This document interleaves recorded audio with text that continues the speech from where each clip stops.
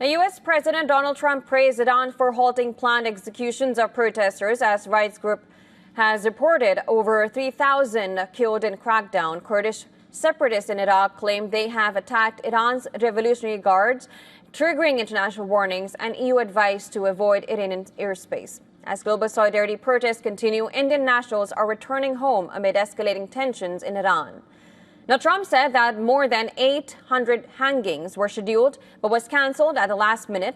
Thanking the Iranian leadership, he said that the decision weighed heavily in his choice not to launch a military strike. And according to reports, despite a de-escalation in rhetoric, U.S. military assets are being moved into the region to address ongoing tensions. Did Arab and Israeli officials convince you to not strike Iran? Nobody convinced me. I convinced myself. You had yesterday scheduled over 800 hangings. They didn't hang anyone. They canceled the hangings.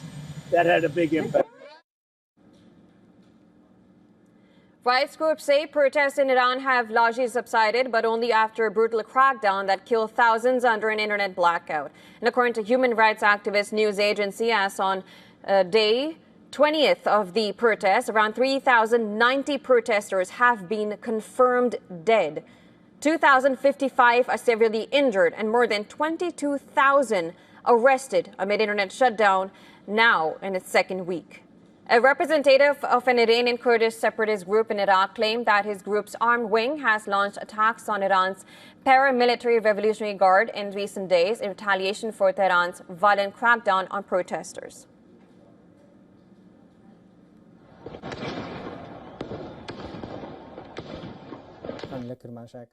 In Kermanshah, when the regime savagely attacked the people, the units of the National Army of Kurdistan were forced to respond with guns, and the same thing happened in Ilam and Firuzkoh. We published an official statement that these activities were carried out by the units of the National Army of Kurdistan. We did not turn a blind eye when it comes to support or providing supplies to our people.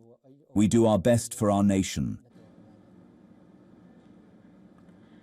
France's Foreign Minister Jean-Noël Barrot has said that its embassy in Tehran has reached out to registered nationals in the country and confirmed that one French Iranian woman has been injured in the protests.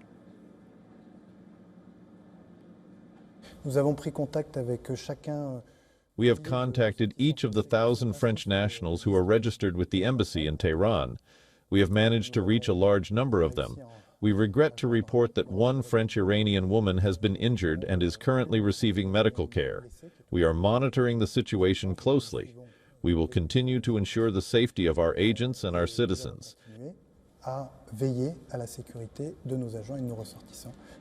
Meanwhile, several nations are pressing the United Nations Human Rights Council to convene an emergency session over alarming violence in Iran. In a letter to the Council's president, UK, Germany, Iceland, Moldova, and North Macedonia urged the body to hold a special meeting to address Iran's worsening human rights crisis.